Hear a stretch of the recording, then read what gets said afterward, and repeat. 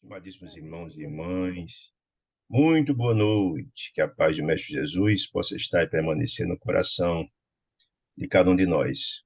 Muito bom contar com vocês para iniciarmos mais um estudo, mais uma análise, mais umas elucidações, mais um estudo de aperfeiçoamento, porque essa obra André Luiz é um tesouro, a verdade é essa. Nos traz reflexões muito ricas a respeito da vida, o que é que aqui estamos fazendo. É um verdadeiro despertar do espírito. E essa obra traz informações riquíssimas para que possamos nos situar, afinal de contas, o que estamos aqui fazendo, gente? O que viemos aqui fazer? Por que convivendo com as outras pessoas, com os que estão ao nosso redor? E o grande objetivo, sem dúvida nenhuma, da espiritualidade amiga é a gente despertar a nossa alma e ter uma melhor aplicabilidade possível na atual encarnação. Por isso, eu sempre digo que essa doutrina espírita é uma espécie, e a obra de André Luiz é uma espécie de evangelho prático, o curso de pós-graduação de evangelho prático, porque nos traz as repercussões de nossas ações no presente e no futuro. Portanto, essa obra, A Vida no Mundo Espiritual, que é psicografada pelo nosso Chico vai benfeitor André Luiz, são 13 obras riquíssimas, estamos estudando a sétima, com o título Entre a Terra e o Céu. E essa, então, traz informações muito interessantes, mostrando claramente que todas as nossas ações, elas têm repercussão, todas. E essas repercussões, elas acontecem não só no presente, no momento, elas podem acontecer no futuro, tanto aqui na Terra quanto no espaço, por isso entre a Terra e o céu, porque aqui, quando cometemos nossos atos, eles repercutem junto àqueles que nos amam no mundo espiritual ou que não nos amam, dependendo da natureza do ato que viemos a cometer, né? Mas também pode acontecer no futuro, como as consequências dos nossos atos. Ou então, o que estão vivenciando hoje, nossas dores, nossas angústias, pode ser reflexo do que fizemos no passado, né? Por isso, a obra ela é muito interessante para despertar em nossos corações essas informações. Essa obra traz nos primeiros capítulos os conflitos existentes numa residência em uma família, na casa de Amaro e de Zumira, né, que Amaro foi casado no primeiro casamento com Odila, que desencarnou, deixando dois filhos, deixando o pequeno Júlio, que desencarnou aos 8 anos, e Evelina. E essa casa vive seus dramas, suas angústias, seus conflitos, né? E aí começa então, a avaliação aí. O porquê desses conflitos? O porquê desses conflitos?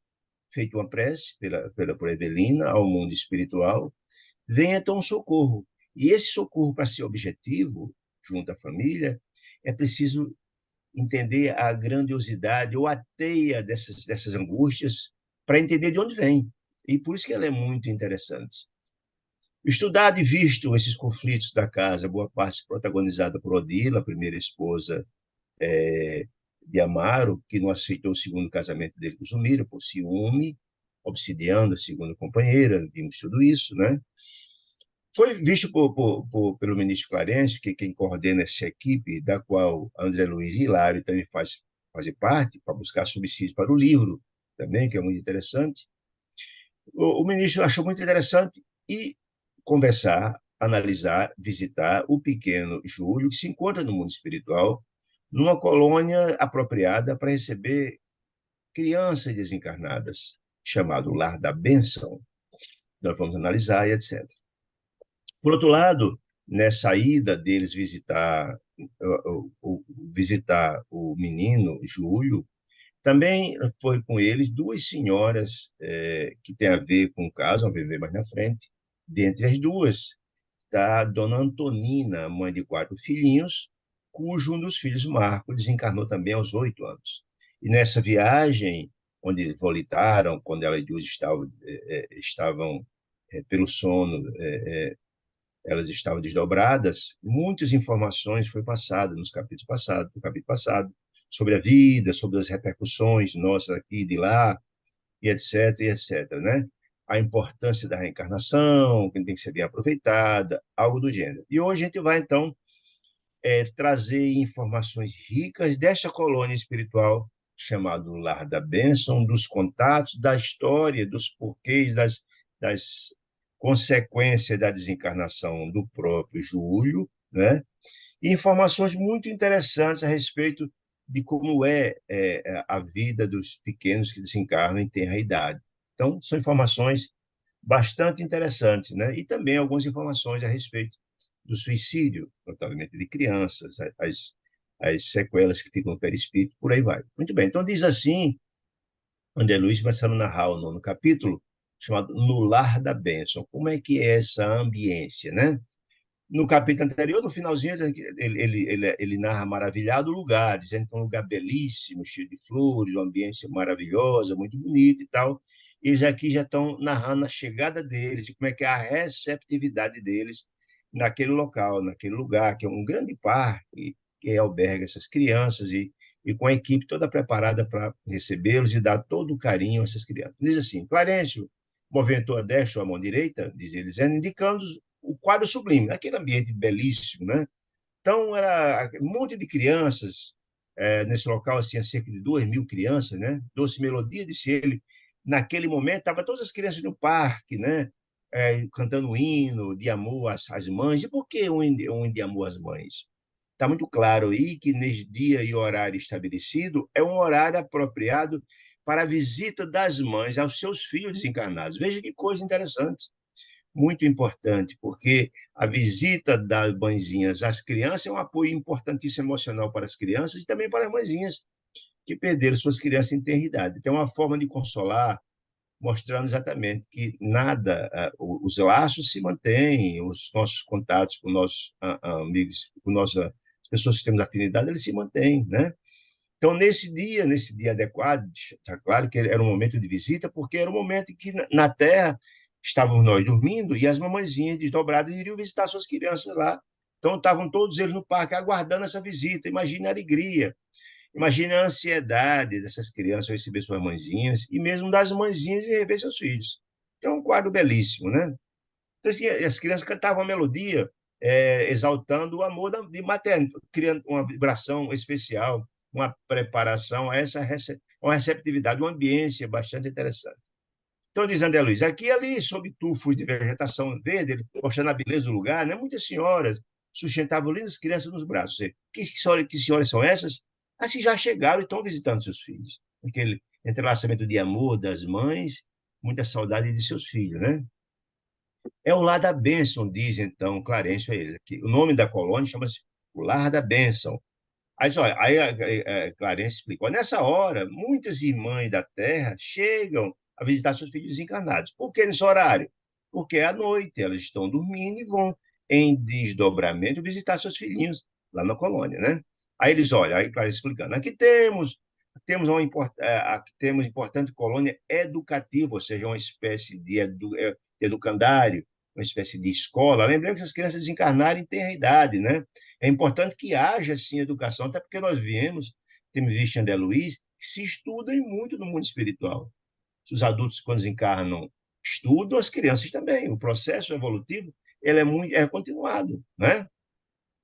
Foi visto lá, inclusive, dos Mensageiros, quem se recorda, em palestra no mundo espiritual, e reciclagem, visando preparar essas pessoas para o processo educativo evolutivo, mas também para voltar à carne, para exercer missões importantes, ou então para ascender a mundos mais felizes, né? Isso aqui tem uma colônia educativa, disse ele, é um misto. Olha que informação interessante, um misto de escola, de mães. Como assim escola de mães? Porque muitas das mães aqui não cumprem a sua missão de forma adequada, falham na sua missão como mães, e elas, ao retornarem ao mundo espiritual, vão se reciclar sim. Para quê? Para voltarem a reencarnar e cumprir a missão que não foi cumprida com o tempo. Aprender, aprimorar-se e voltar para cá. Então, esse Lar da Bênção tem essa dupla missão: recepcionar essas crianças, tratá-los à saúde, muitos desencarnam com problema grave, tem a ver que é o caso do pequeno Júlio, certo? Assim, tratá-los, educá-los, prepará-los para a vida, muitos deles voltar à carne, mas também educar as mães, é uma espécie de reciclagem às mães, de sorte que elas, aprimorando suas qualidades espirituais, possam desempenhar, quando retornarem à carne, a sua missão da maternidade, que é uma missão sublime e abençoada, certo? uma escola de mães e um domicílio, morada dos pequenos que regressam à esfera carnal. Ou seja, naquele local só tem internos as crianças, é um local que só existe criança. Ela é apropriada para recepcionar crianças, porque é um universo diferente, uma mentalidade diferente, coisa do gênero. Toda preparada para isso. Por isso, parques, por isso, uma escola, enfim, todo um ambiente é voltado para isso. Muito bem. O ministro, carente, portanto, porém, interrompeu-se, porque ele vinha explicando e tal, de improviso, porque as companheiras, as duas mãezinhas que vinham com ele, volitando, lembra? Foi pegado nas mãos, volitando, que as mãezinhas não tinham condições de volitar, pelo estado espiritual dela, nem a Antonina, nem a outra, mas eram levados pela equipe, André Luiz, Hilário e Clarencio. Né? E quando chegaram lá, elas, assim que chegaram, elas estavam jubilosas, aflitas para rever seus filhos, né? Então, desgarraram da mão deles, né? E seguiram correndo para ver seus filhinhos, né? Com uma emoção imensa, uma alegria imensa, né?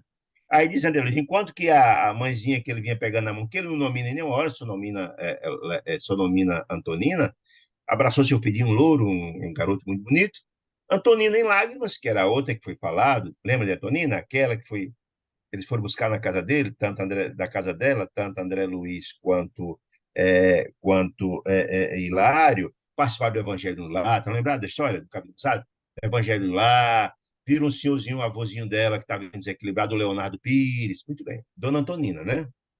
E ela então abraçou o seu filho muito feliz, que chamava-se Marcos, desencanou com anos, aí foi aquela alegria, ele falando no nome dela, ela não falando no nome do filho, o filhinho chamando de mãezinha, e aquele abraço maravilhoso, aquele laço, aquela coisa maravilhosa, o encontro de saudade entre mãe e filho, né?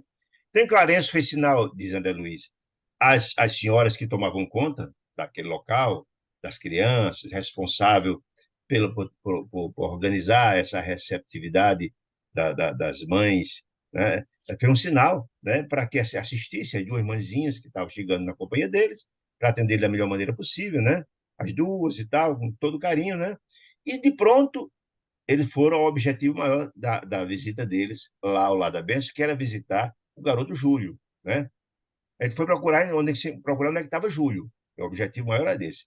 Por que eles iam visitar Júlio? Porque primeiro queria saber como é que estava Júlio, e ao conversar com Júlio, entender a realidade de Júlio, por que Júlio desencarnou em tenra idade afogado na praia, que isso tem uma razão, certo? Os porquês dele, conhecer toda a história, para poder fazer aquela velha coxa de retalho do começo, do conflito da família de Amaro, depois da situação de Antonina, depois da situação de Leonardo, tudo está imbricado. Aí ele disse, olha, para a gente poder assistir a todo esse pessoal, precisa entender toda a teia que envolve essas questões todas, todo o que está envolto nisso tudo. Por isso que ele foi lá, ao mesmo tempo visitar Júlio, ver como é que ele estava, tomar conhecimento dessa história toda. E, ao mesmo tempo, André Luiz pegar subsídio para mandar para nós, através dessa obra extraordinária, está pegando apontamentos, para elaborar essa obra, para a gente de grande riqueza, mostrando as repetições de nossos atos, para a gente possa entender que todos os nossos atos eles repercutem nos dois planos, no futuro, no começo, ou hoje, reflexo do passado. Muito bem. Aí, o pequeno Júlio, aí ele notou, de pronto, Clarence notou que Júlio não estava junto daquelas crianças ali para esperar as mães, né? Aí ele disse, olha, ainda sofre a normalidade disso, ministro, que ele não permite o convívio com as demais crianças. Ele estava em desequilíbrio, ele desencarnou afogado, estava em desequilíbrio e não permitia que ele estivesse junto com os demais, porque estava desequilibrado, iria perturbar, em princípio, os outros, né? Muito bem. Aí diz o ministro, olha, ele está no lar da irmã Blandina. E quem é Blandina? É interessante a gente entender que quem estuda um pouco doutrina espírita vai lembrar do espírito de Meimei.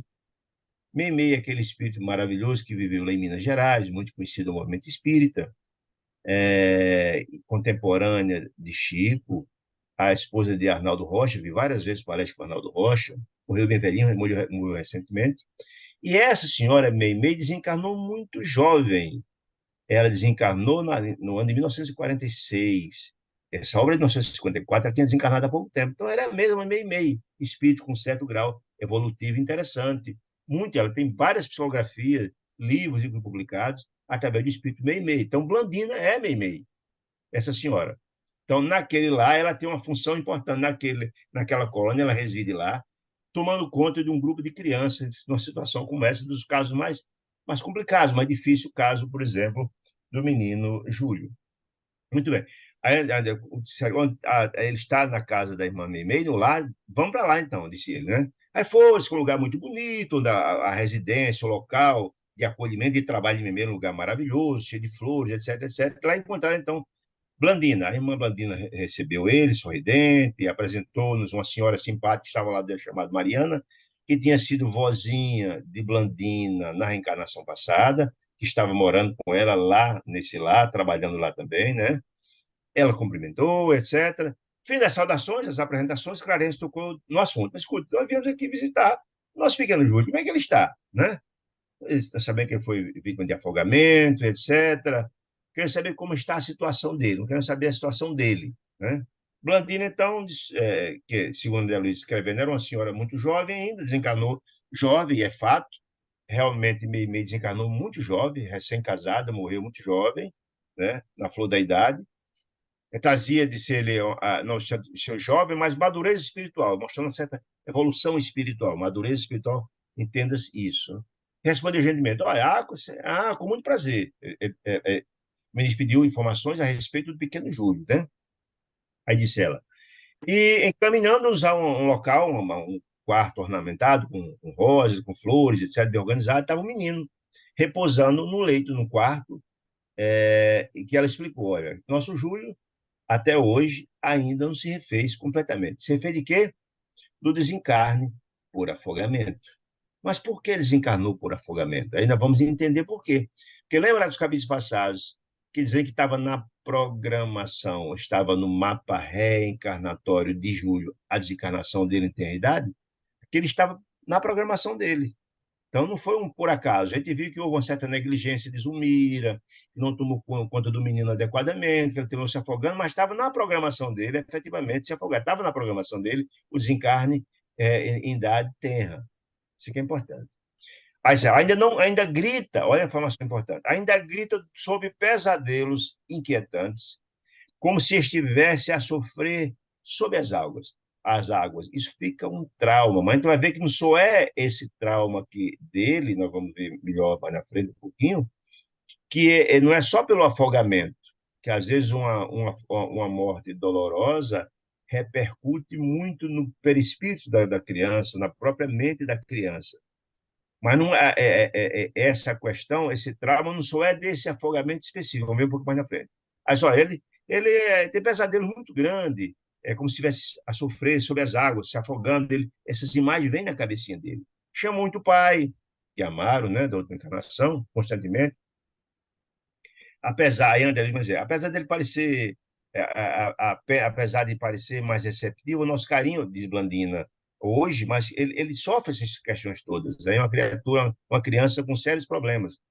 Insiste, diz Blandina, em voltar para casa, não entende, às vezes está desencarnado e quer porque quer voltar para casa. Todo dia ele pede para voltar para casa, né? Aí André Luiz se acercaram do berço onde estava a criança, o menino de 8 anos ainda estava no berço. O menino lançou-se um olhar atormentado, em desconfiança, atormentado, que mostra o desequilíbrio dele, desconfiado porque ele não conhecia Clarence, muito menos Hilário, muito menos André Luiz, desconfiado com aquelas pessoas todas. Mostra claramente que é um espírito que tem suas deficiências, suas dificuldades, claro, né? Que senão, se ele fosse um espírito mais evoluído, certamente reconheceria a grandeza do espírito como Clarence, o ministro de nosso lado, do Ministério do Auxílio, né? Contido pela ternura de Blandina, né? Ele ficou mudo, meio impassível, e ficou meio desconfiado, né? Diz André Luiz. Aí diz Blandina, ele ainda, aí perguntou o ministro Clarence, escuta, mas ele ainda não tem condições de compartilhar os estudos com os outros meninos? Se juntar aos outros meninos? Perguntou Clarence. Ela disse, não, infelizmente ainda não, né? Disse ela, aliás, disse ela, os nossos benfeitores Augusto e Cornélio, que ela não disse quem é exatamente, mas que nos amparam frequentemente, dá a ideia de ser algum amigo espiritual da casa, ou um protetor da casa, ou alguém que resguarda aquele lar, espiritualmente falando, né? Só, olha, eles dois são da opinião de que o nosso Júlio não, se não parecer, são de parecer os dois que ele não conseguirá adquirir aqui, lá no lado da bênção, qualquer melhora real do quadro deles de perturbação, antes da reencarnação que eu aguardo. Ou seja, Então, Júlio, pela situação que ele está sendo trabalhado, preparado para a reencarnação, mostrando que o caso dele é um caso um tanto quanto mais grave, que a permanência dele no mundo espiritual não ajudará muito. Ele precisará voltar, porque tem graves problemas, graves, cometidos aqui na Terra, dívidas contraídas aqui na Terra, que precisam ser pagas aqui, com aprendizado aqui na vivência no dia a dia. Né? A reencarnação é uma bênção para você se renovar, se transformar e quitar as suas dívidas do passado. Né? Aquela velha máxima de que se faz aqui, se paga aqui, é mais ou menos algo verdadeiro. Né? Muito bem. Traz a mente, continua dizendo o Blandina, traz a mente desorganizada do menino, por longa indisciplina, ou seja, está mostrando claro que o problema dele vem de longe, ou seja, é um espírito com graves dívidas. Não é o fato apenas de ter participado da outra encarnação como filho de Odila e como filho de Amaro e desencarnado na praia, não. A história, os problemas que ele passa hoje são sequelas e consequências de um passado bem anterior. Por isso a importância de investigar toda essa questão para entender o que ele está vivendo hoje. Hoje nós somos na somatória de tudo que nós fizemos, o que passamos, né? Ó, se diz aqui, longa disciplina, você tem um histórico de um espírito réprobo, que cometeu fatos graves, encarnações passadas, não só na última. E na última praticamente não teve nada assim, que causasse grandes comprometimentos para ele. Apenas está na programação dele o desencarne. Na última, nem tanto. Mas ele tinha certamente, por estar dizendo aqui, em disciplina longa e disciplina, ele cometeu graves fatos no passado. Então, disse ela, ele é um paciente difícil, dizer, então, histórico de vários erros de disciplina no passado. Né? Felizmente, dispomos da cooperação da nossa devotada Mariana, que é a Mariana, a avózinha dela, que trabalha no mesmo local, no mesmo educandário, na mesma casa, que dá suporte ao menino, que o adotou como filho espiritual. Dona Mariana, a mãezinha, adotou aquela criança, o pequeno Júlio, como filho espiritual, até que retorne ao lar terrestre. Quem? Júlio. Ele está sendo preparado para reencarnar, mas está recebendo todo o amor, tanto de Blandina, quanto também de Dona Mariana. Né? Aí explicando, Blandina, foi preciso segregá-lo, ou seja, foi preciso deixar ele aqui, recolhido aqui na casa, neste quarto. Tamanha é a gritaria em que se entrega por vezes. O que significa isso, gente? Eu botei aqui memórias, todas essas observações em parênteses, é para a gente, são nossas essas informações. Quem leu o livro Memórias do Suicida, de Dona Ivone e do Amaral Pereira, através do espírito é, Camilo Castelo Branco, poeta português, mostra que todas as pessoas que se suicidaram, essas imagens do suicídio perturbam o tempo todo estão na mente. A forma como aconteceu, aquela imagem fica passando o tempo todo e traz um desequilíbrio terrível, um sofrimento atroz a todas as pessoas que cometem suicídio, passam por uma situação quanto essa. A imagem fica passando e passando e passando. Tem uma história muito comovente que Divaldo Pereira Franco conta, do suicida do trem, que ele, um senhor com uma família longa, família grande, muito pobre, que suicidou lá em Salvador, se jogou debaixo de um trem, o corpo ficou destroçado, e ele fez prece por esse espírito muitos anos, muitos anos, muitos anos. E um dia depois, à noite, Divaldo estava sem dormir, estava com uns problemas pessoais, e esse espírito chega, e ele conta toda a angústia dele. Veio agradecer a Divaldo pelas aquelas preces, que aquelas preces trouxeram reconforto a ele, fortalecimento a ele, porque ele o tempo todo via, sem parar, a imagem do trem passando por cima dele, correndo seus ossos todos, ele não conseguia nenhum momento de descanso. E as preces de Divaldo aliviavam em muito a situação dele. Ele vinha ali agradecer a Divaldo Pereira Franco. A minha situação que está lá em Memória do Suicida. Quem comete o suicida, ou atirando no vidro, ou se jogando, ou por envenenamento, o tempo todo vê a cena. Imagine como é doloroso isso, né? E sente as dores, as angústias. Por isso, trazendo como gritaria o tempo todo. E são as imagens, os sofrimentos que essa criança via do passado lá, dele cometeu graves erros. Mas não tem recebido o tratamento? Perguntou a Magnete, perguntou Clarence. Ah, tem sim, recebe o auxílio o tempo todo de Esplendina. Eu mesmo sou enfermeira dele, eu mesmo aplico passe e remédio, não falta para ele. O problema não é a falta de tratamento, são os dramas que ele tem no passado, os traumas perispirituais que precisam ser tratados, e só o tempo, né, é que vai fazer com que ele melhore, disse ele, né? E a irmã, o ministro, e a senhora conhece o caso dele, nas particularidades, o caso dele, Júlio, sei, sentiu o caso, a história pregressa dele, conhece o passado desse menino? Ele diz, ah, sim, conheço. Olha a informação que é interessante. Ora, se esse menino foi para o mundo espiritual e para ser tratado, elas precisam, sem dúvida nenhuma, ter conhecimento do passado deles, até para dar um tratamento adequado, direcionado. Nada no mundo espiritual, notadamente, quanto mais elevado, mais o é, há improviso. Tudo é feito com base em informações muito interessantes. Olha informações. Eulália tem vindo até nós. Quem é Eulália, gente? Nós vimos lá atrás que Eulália é uma tutora do lar da família de Amaro. Lembra? É um tutor do lar de Amaro. E quem foi, então, Júlio, foi exatamente o filho de Amaro e Odila. Então, se ela era amiga espiritual da casa, ela conhece tudo, da situação toda. Eulália é exatamente aquela quando estava o ministro Clarence fazendo a prece lá no nosso lar, sobre a prece, é que chega o pedido, a prece refratada da menina Evelina, ele manda chamar a Eulália, porque a Eulália é amiga da família, pediu todas as informações a respeito do passado. Mas estou sabendo toda a situação. Ela disse, lastimo, olha que a informação aí é dada por Eulália. Eu lastimo, eu tenho muita. Lastimo muito que a mãezinha do menino dele, de Júlio, de nosso doente, não esteja em condições de ampará-lo. Por que não tem condições de ampará-lo? Porque lembra que Odila é aquele espírito desequilibrado que perturba, que na verdade ela obsidia, desejando aniquilar a que ela acha que é concorrente, que é a nova esposa de Amaro, a Zumira. Ela não tem condições de atender ninguém, porque ela está desequilibrada. Os problemas que passa a própria família de Amaro é fruto dessa obsessão grave dela, que desequilibra toda a casa. E o desequilíbrio é tanto que ela não vê que está prejudicando o marido, que ela diz que ama tanto, a filha velha que prejudica tanto, e esquece que tem um filho que desencarnou numa situação dramática, precisa dela. Então, a Blandinha diz, eu lamento muito que a mãezinha não tenha condição de visitar, como a Antonino está visitando o Marcos aqui, porque essa visita ela é fundamental para reequilibrar a criança, do ponto de vista emocional, ela é muito importante.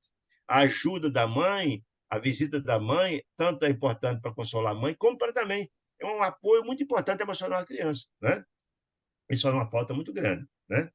Creio que o concurso dela, de quem? De Odila, se pudesse, se tivesse condições de vir, é insuflar-lhe novas forças, traria à criança, ao menino Júlio, energias novas e ajudaria na recuperação dele, né? Entretanto, disse ela, com exceção da irmãzinha, que é a irmãzinha? Evelina, aquela de 15 anos, que é o espírito mais elevado da família, que reencarnou na família para ajudar o próprio pai, Amaro, e a própria mãe, Odila, com graves erros do passado, e aí, com outros erros reflexos do passado, era o espírito para ajudar a família a trilhar o seu caminho e a purgar os seus erros do passado. Então, aí o Blanc diz, a única criatura que se lembra dele, de Júlio, é a irmãzinha Evelina, de 15 anos, que faz prece por ele, né? Lembra nas orações. E essas orações trazem grandes benefícios. E quem assistiu o filme Nosso Lar, eu imagino que todo mundo assistiu o filme Nosso Lar, lembra de como, na verdade, os espíritos, portanto, desencarnados, se ressentem pelo fato dos familiares não lembrarem deles. Muito. Lembro que André Luiz, o único que recebia, a única pessoa que fazia uma prece por ele era uma senhorinha que ele atendia no consultório dele de graça. O resto ninguém lembrava dele, nem a esposa, nem os filhos, etc, etc, etc. Né? Então, como é importante isso. A única criatura que lembrava de Júlio era exatamente, em condições, naturalmente, era exatamente a menina Evelina. Aí eu lembro, e o pai? Talvez o pai até lembre, mas, na verdade, por desequilíbrio da família, na situação que se encontrava, não fazia as orações, não fazia as preces, etc., que era muito importante ter essa conexão, porque nós somos seres interdimensionais e o amor é um sentimento inquebrantável. Ninguém, a criatura que está ao nosso redor, que parte, continua a ser nosso familiar querido. E essas ligações acontecem de lá para cá e daqui para lá. As preces dele chegam até nós e a nossa também chega até eles. Então, essa ligação é muito importante. Muito bem. Muito bem. Dito isso, né? Aí ela disse, aí a criancinha pediu na hora, falando com Blandina, mãezinha, chama ela de mãezinha, mãezinha, disse o menino, de voz rouca, ou seja, tem problema sério na garganta, voz rouca, né? Erguendo-se e enlaçando e abraçando Blandina, o menino, pálido e inquieto. Mostra o desequilíbrio dele. Pálido porque, se ele tivesse equilibrado, estava com o perispírito refeito, e inquieto, desequilibrado. Claramente, o menino estava com sérios problemas graves, né? Aí ela foi perguntar, o que incomoda, meu filho? Perguntando a ele, né? Quando ele se abraçou a ela, né? E eles, dói a minha garganta, dói muito a minha garganta, disse ele. Levantou-se o rapazinho, lamentou-se o rapazinho. E então ela abraçou o menino e disse: Ó, não se aflija, meu filho. Ah, um rapaz forte como você é de chorar por nada. Imagina, temos aqui 3 médicos em casa. Olha que informação interessante. O menino se sentia equilibrado. Primeiro, não era mentira, não, porque, na verdade, tanto André Luiz quanto Hilário foram médicos na Terra. E Clarencio, muito provavelmente, também o foi. O ministro, uma grande envergadura espiritual, uma grande elevação, um ministro do nosso lar, né?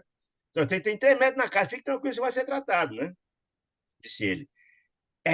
Aí disse ela, é possível que essa dor fuja apressado, porque nós estamos 3 médicos aqui, você. A forma de tratar e de trazer aquela criança um consolo e fortalecer. Sentou o menino na poltrona e pediu ao ministro Clarence. O ministro Clarence foi lá e aplicou, pediu que o menino abrisse a boca, e André ficou surpreendido, porque viu na garganta uma fenda glótica, uma ferida na garganta da criança. Ele ficou impressionado com aquilo, né? Nas cartilagens, etc. Uma lesão clara, uma chaga, uma ferida aberta, uma lesão no perispírito. E por quê? Todas as graves atentados contra a vida, você lesiona, além do corpo físico, também lesiona o perispírito. Olha aí. Quando alguém atenta contra si próprio, que tenta o suicídio, quando se atira, por exemplo, no seu cabeça, o cérebro fica deformado, cria lesões no perispírito. E, normalmente, as pessoas que atiram no peito ou atiram na cabeça, nas próximas encarnações, ela vem com gravíssimos problemas, vem louco, maluco, se fraturou na cabeça, no coração, vem com graves problemas cardíacos, porque as lesões estão lá no perispírito. No caso aqui, a lesão dele era na garganta. Certamente ele cometeu um fato grave que lesionou a garganta, ele vai explicar agora por quê. Muito bem. Muito bem, diz aqui. O orientador, no caso, Clarence, aplicou recurso magnético, passa o menino e tal. Aos poucos ele se acalmou, se tranquilizou. Se antes reclamava da garganta, estava doendo, se acalmou. Aí então, perguntou o Blandino no menino, como é que tá agora? Tá melhor? A garganta tá dolorida? Ele disse que estava bem, tava tranquilo, né? Disse que estava bem. E ela disse, já agradeceu o benfeitor que aplicou os passos no caso do ministro Clarence?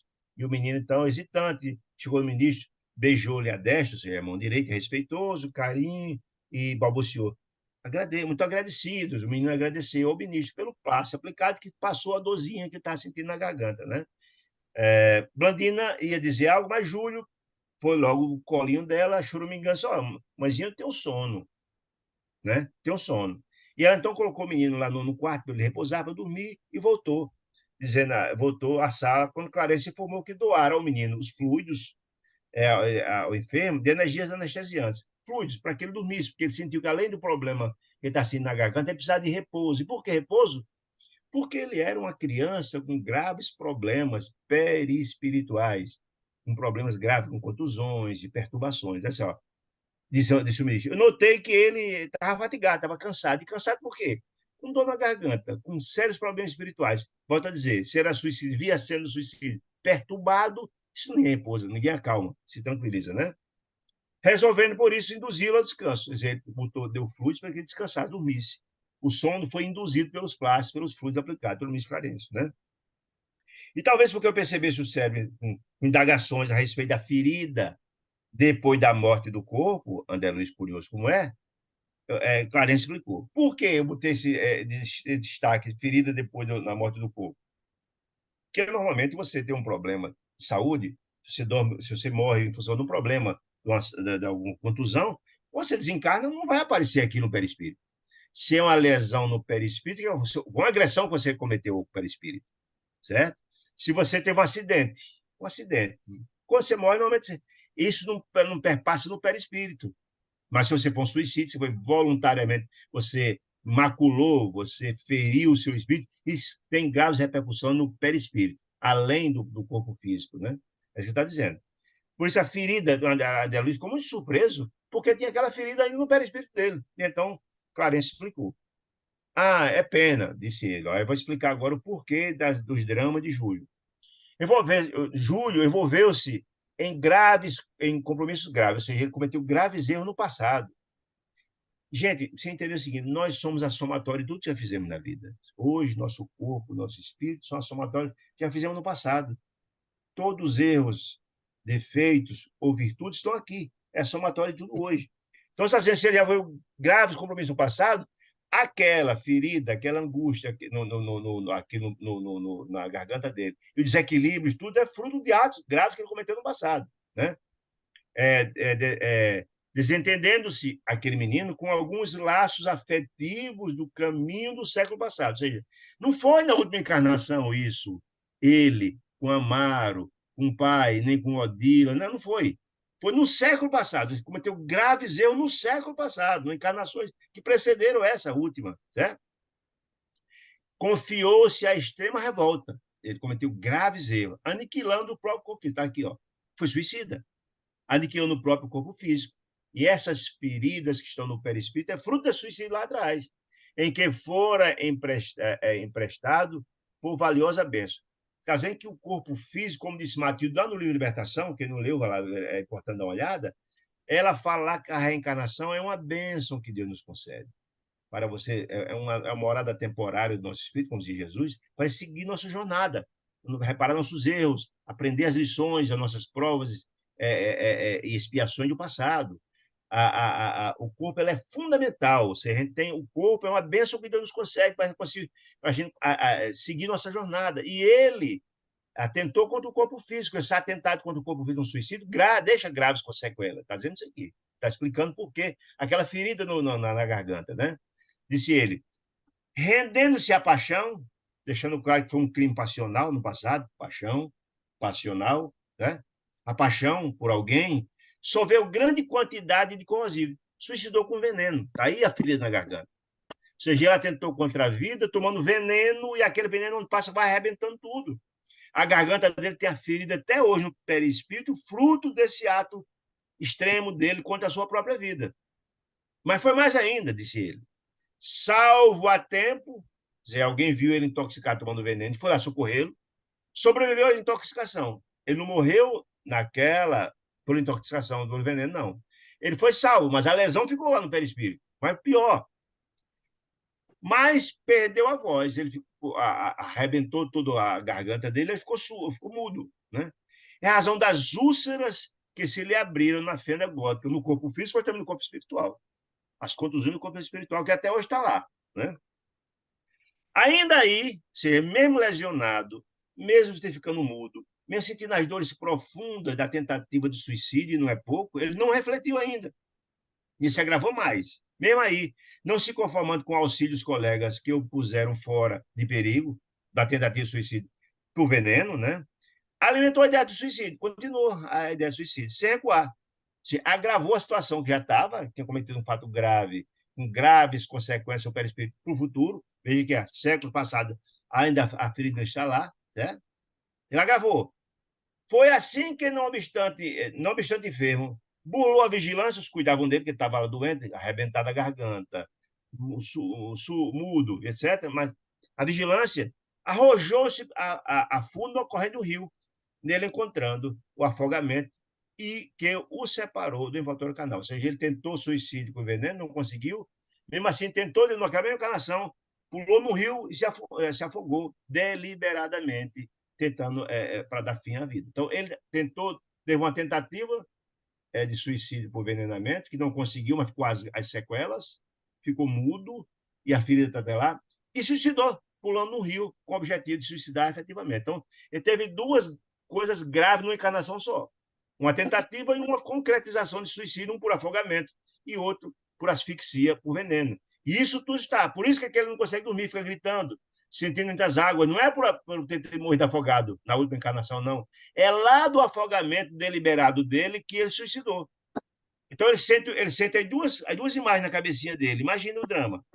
O veneno, tomando veneno, corroendo, arrebentando todo ele, e ao mesmo tempo sente afogado, a asfixia da água entrando nos pulmões. Imagina essas imagens na cabeça, a perturbação disso do perispírito da criança. Então não é fácil. É um drama muito grande, né? Ela agravou muita situação, né? Na vida espiritual, ou seja, depois desses dois atos, suicidou, etc., sofreu muito, imagine. Suicida os sofrimentos de suicídio são dramáticos. Primeiro que pode dizer, vendo as imagens de suicídio, os sofrimentos são atrozes, né? E ele tentou duas vezes. Sofreu muito. carregando consigo as moléstias. Que moléstias? A da garganta molestada e as repercussões do afogamento, que também fica as sequelas no próprio perispírito. A moléstia que ele mesmo afligira a própria garganta do veneno e os pesadelos da asfixia por afogamento. Duas coisas graves que ele sofre até hoje. Por isso que ele teve essa reencarnação e ia morrer cedo, em função dessas consequências, talvez por problemas, já fazendo da programação dessa remissão desse grave problema dele. Até que reencarnou. Ou seja, ele sofreu esses dois, o suicídio e a tentativa, mas reencarnou, junto a dia das almas com as quais se mantém associado para a regeneração do pretérito. Quem são essas almas, gente? Zumir, Amaro, Odila, a menina Evelina, que tem ligações com o passado. Essas criaturas, lá quando ele suicidou no passado, essas criaturas estavam lá, nessa cena, lá estão presentes. Quando ele fala aqui que são almas que ele tem associação para a regeneração, eles tiveram problema no passado. E Deus, que é Pai misericordioso e bom, nos dá as possibilidades de a gente reencarnar para desatar os nós do passado, transformar os laços de ódio em aliança de amor. Esse é um Pai misericordioso e bom que cuida dos seus filhos. Então, a reencarnação é essa, é o caminho, é o meio para atingir os fins que é a felicidade que Deus deseja. A repactuação das criaturas que se endividam no passado, né? Muito bem. Então, essas causas que ele está vendo são as causas, esse problema que ele está vendo hoje, essas dores, angústias, é a causa do passado que ele, da rebeldia dele, né? Infelizmente, porém, encontra dificuldades naturais para recuperar-se. Depois de tantos problemas, não é fácil. A recuperação é lenta porque a dívida é muito grande, digamos assim, né? É um processo complicado.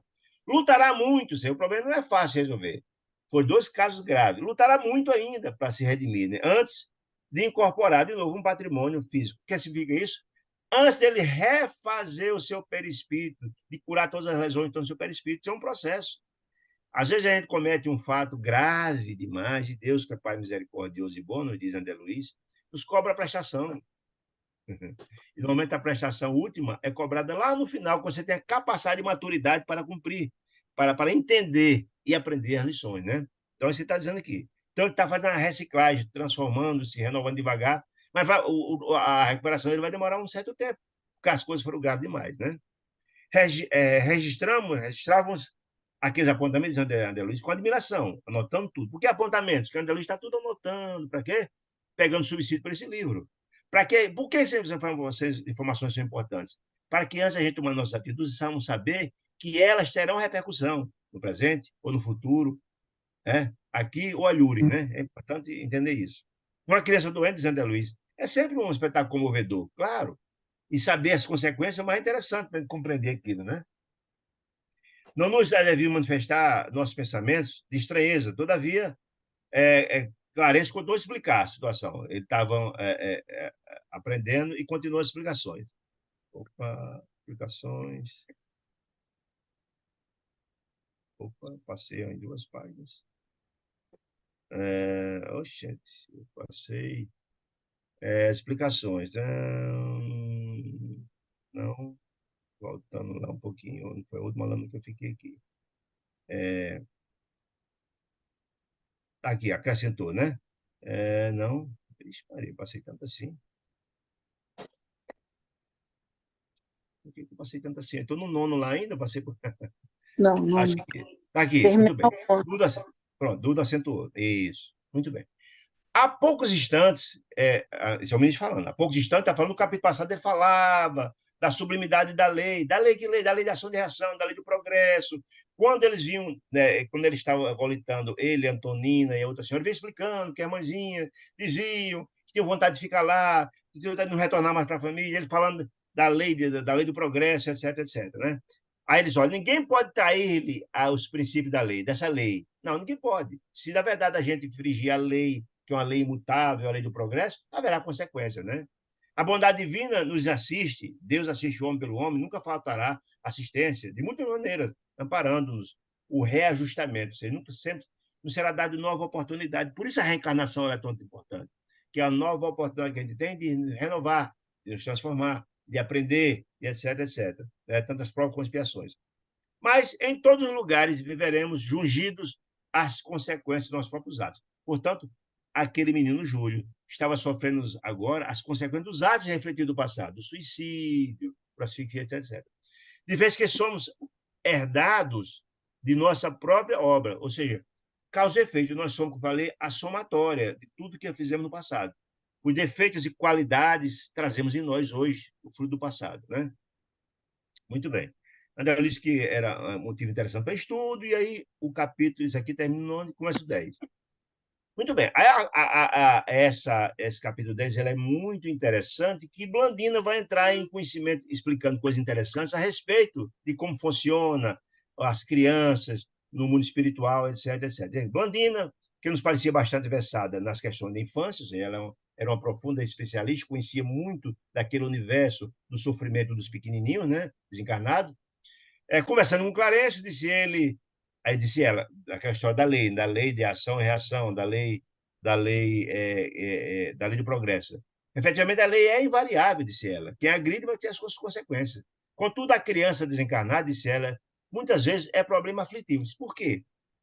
É sempre muito doloroso ver qualquer pessoa sofrendo. Uma criança, muito mais ainda, né? Quase sempre, disse ela, dispõe de afeiçoados que o seguem, que a seguem, que afeiçoados, os pais, familiares que visitam, né? De perto, amparando-lhe o destino, muito importante para consolar os familiares, notadamente as mães, mas muito importante pelo apoio emocional dos filhos, né? Normalmente isso acontece, disse ela. De tanto, tenho observado milhares de meninos que, pela natureza das provações, cometeram graves erros ou desequilíbrio das próprias famílias, o caso de Odila, né? Em que se envolvem, sofrem muitíssimo à espera de oportunidades favoráveis para a aquisição dos valores de que necessitam. Ou seja, quanto mais desatinos graves cometeram, maior será a dívida, maior a remissão, o processo é mais doloroso e mais distante, mais difícil, né? Está dizendo isso, né? Quem infringe a lei de Deus terá que pagar até o último centavo, como diz Jesus. Ninguém pode transferir nossas dívidas, nossos problemas para outrem, né? Disse ela. O caso Júlio não é para ela, dizendo. Para mim, é um dos mais dolorosos. Caso muito mais complicado, disse ela. Tendo visitado o departamento de reajuste, imagine da própria colônia, em que se demora irmão nosso, arrancado da carne, desencarnado, violentamente, provavelmente por suicídio, grave, né? No caso ali do menino Júlio, não foi nessa encarnação suicídio. Não foi. Foi lá do passado, né? Como frutos verdes de árvores que se desenvolvem. É bem uma coisa você tirar um frutinho no começo, antes de desenvolver, você já arranca, né? Precocemente. Processos de mente enfermiça, ou seja, de mente doente, que só abençoadas estações regenerativas na carne podem curar. A gente não entende os porquês da importância da reencarnação. Dramas, alguns casos como esse, só a reencarnação para você encontrar aqueles que precisam se reajustar, ou os benefícios da carne, que absorve de alguma sorte as dores do espírito e ajuda a renovar e a transformar, né? Disse ela.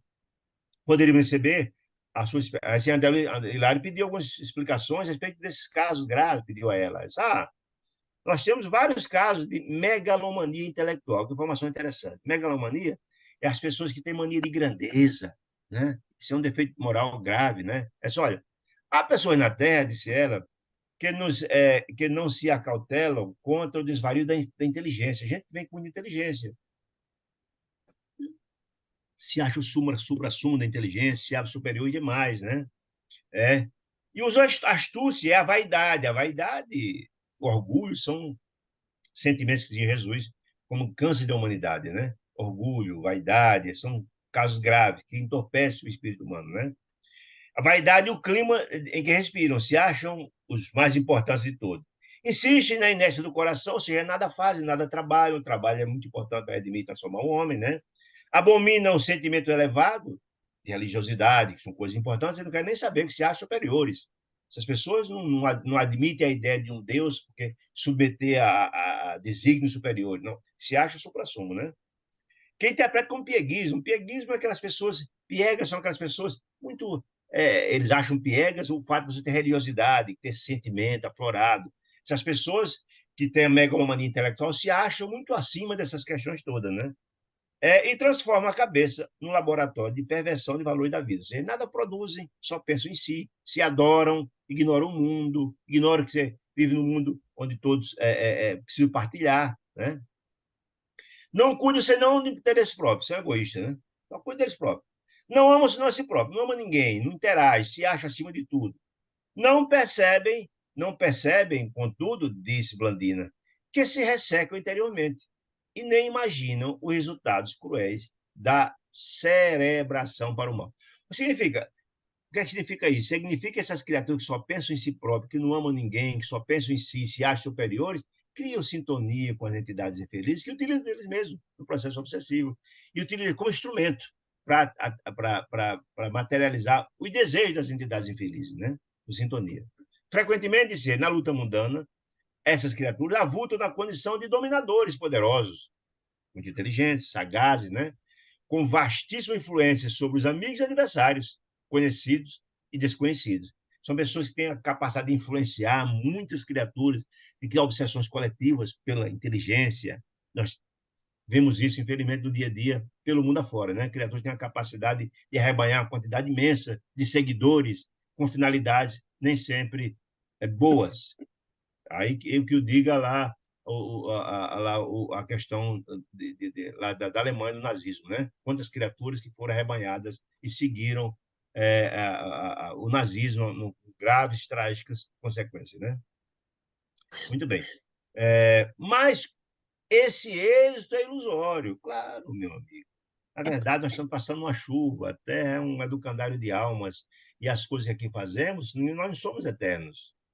A visão materialista da vida dificulta muito. As pessoas que não têm a compreensão, tudo acaba com a morte. Acaba com a morte, estou falando, ninguém leva nada do prestígio, dos cargos, do dinheiro, dos bens materiais.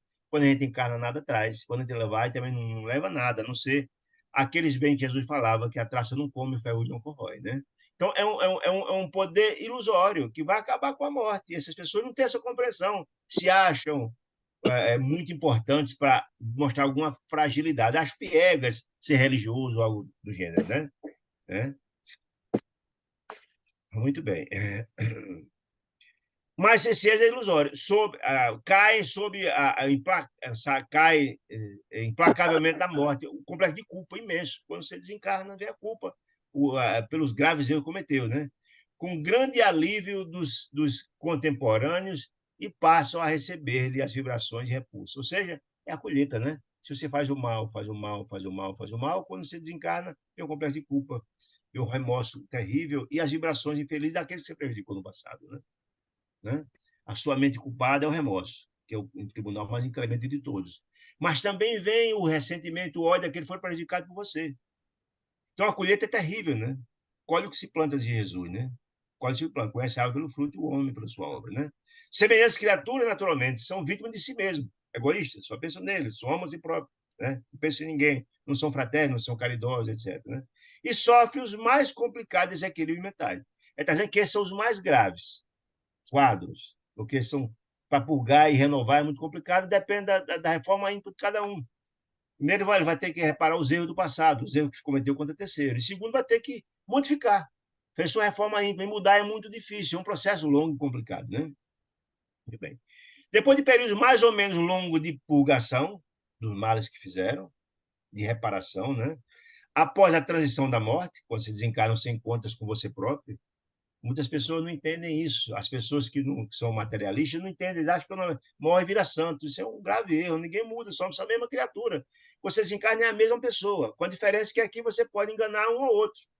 Você pode ser um lobo de pele de cordeiro. Quando você desencarna, você mostra quem você é. Sombra ou luz. Está tudo lá impregnado. Não tem como negar. Sua identidade é a sua própria presença. Iluminado ou obscuro, né? Não tenha dúvida, né? Precisa dizer aqui. Coração com a morte, voltam. Sim, está aqui. Depois de encarnação, purgação, após a transição da morte, voltam à carne, reencarnam, né? Necessitado de silêncio e solidão. Por quê? Porque eles abusaram das amizades, usaram, enganaram. Vem com uma forma de reparar, solidão, silêncio, às vezes com um processo de mudez, como consequência, às vezes não se consegue se entender com ninguém, são pessoas que vivem a vida inteira sem um companheiro, sem o afeto dos filhos, não tem ninguém. É uma forma de que a dor ensina a gemer, diz o popular, né? Então, você precisa passar por algumas provações, precisa aprender a valorar as coisas que você tinha e não deu valor, não é? Nós somos mero usufrutuário da inteligência, do dinheiro, dos bens. Se você abusa, você vai ter que, na próxima, sem essas questões, para você aprender a ser mais fraterno e aprender a valorizar esses bens. É a história da máxima do que a dor ensina a gemer, né? Para se desvencilharem dos envoltórios inferiores em que se enredaram, dos seus graves erros do passado, né? Assim como a semente, que precisa de isolamento na cova, disse ela, quando colocada no solo, para desintegrar os elementos pesados que contribuem para não desabrochar. Se vencer a casca, etc., para desabrochar. O homem também é assim. Né? O homem precisa desse processo também para se renovar, para se transformar. Ele precisa vencer as provações rudes para aprender a valorar aquilo que não soube valorar quando teve a oportunidade. Muito bem.